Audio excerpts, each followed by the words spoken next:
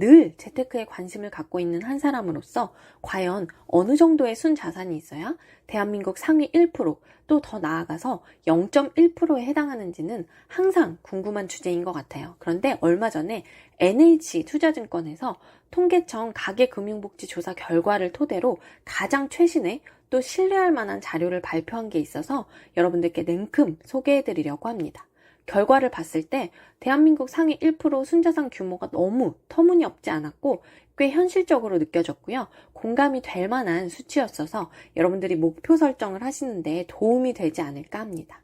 먼저 가장 궁금해하실 2021년 대한민국 순자산 상위 1% 가구의 커트라인 기준선부터 말씀드리면요. 29억 2,010만 원으로 나왔어요. 또 상위 0.1%는 76억 8천만 원, 상위 0.5%는 38억 7,800만 원이고요. 이 부분은 그렇구나, 그냥 딴 세상 얘기구나 싶죠. 보다 더 현실적인 상위 5%의 기준선은 13억 3,510만 원, 상위 10%의 기준선은 9억 731만 원이라고 해요. 물론 이 수치는 모두 개인이 아닌 가구 단위고요.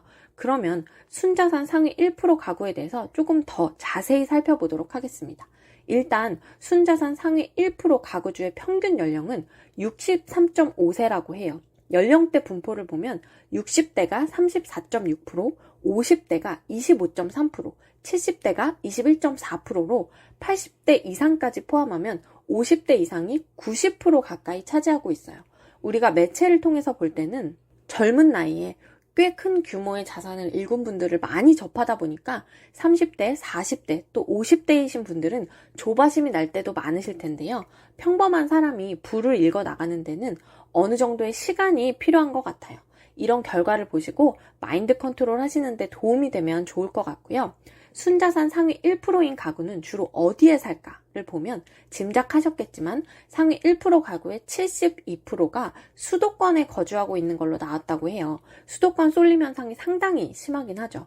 또 앞서 말씀드린 부분은 순자산 상위 1% 가구의 커트라인인데 상위 1%에 속하는 가구들끼리 다시 평균을 냈을 때 총 자산은 51억 원, 순 자산은 46억 원으로 나왔다고 해요. 순 자산이 총 자산에서 부채를 뺀 금액인 걸 생각해보면 생각보다 부채 비율이 높지 않더라고요. 평균 부채가 4억 7천만 원으로 부채 비율이 9.2% 정도라고 하는데요. 흔히 부자일수록 대출을 잘 활용한다라고 하지만 생각보다 리스크 관리도 철저하게 하면서 자산을 건전하게 관리해 나간다는 걸 알 수 있었어요. 자산 구성 현황은 금융자산 17.8%, 실물자산 82.2%로 대부분의 자산이 부동산에 쏠려 있는 걸 볼 수 있죠. 다음은 상위 1% 가구의 생활적인 측면인데요. 이들은 얼마 정도를 벌고 어떤 집에 살면서 얼마 정도를 소비할까요? 상위 1% 가구의 연평균 소득은 평균 2억 1,517만 원이고요. 이 중에 자본소득을 제외한 근로나 사업으로 얻는 소득이 1억 3,136만 원 정도로 60.9%를 차지했어요. 전체 소득 중에 자본소득이 40%나 되는 것도 놀랍지만 또 근로나 사업을 통한 노동소득도 꾸준히 일으킨다는 점도 흥미로운 것 같아요.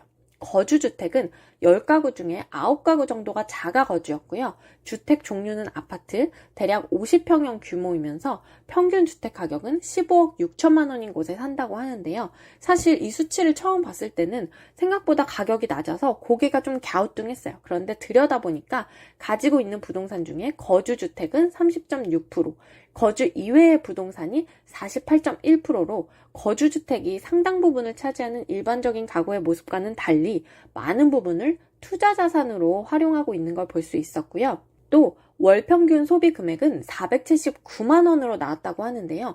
처음에는 이 부분도 좀 의아했어요. 그런데 자세히 살펴보면 이 수치는 순수한 소비 지출만 따진 것으로 이 중에 식비가 140만 원, 교육비가 67만 원이라고 해요. 우리가 먹고 살려고 돈 버는 거다 이런 말 많이 하는데 역시 먹는 것에 가장 큰 지출을 하고 있는 걸 볼 수 있고요.